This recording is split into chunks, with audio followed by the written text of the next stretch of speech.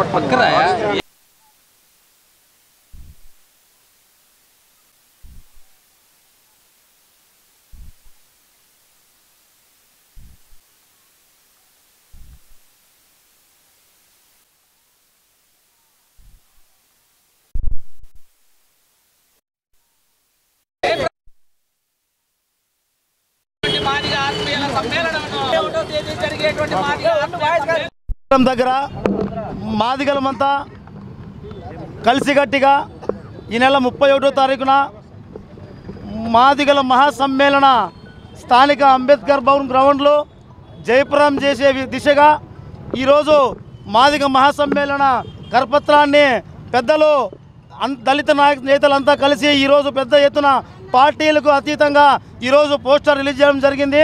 అంతేకాదు మాదిగ సోదరులారా, మాదిగ బిడ్డలారా, మాదిగ ఆఫీసర్లారా, ప్రతి ఒక్క మేధావులారా, ఇప్పుడు రాజకీయ పార్టీలో ఉన్నటువంటి పరిస్థితి అంతా కూడా చూస్తున్నాము.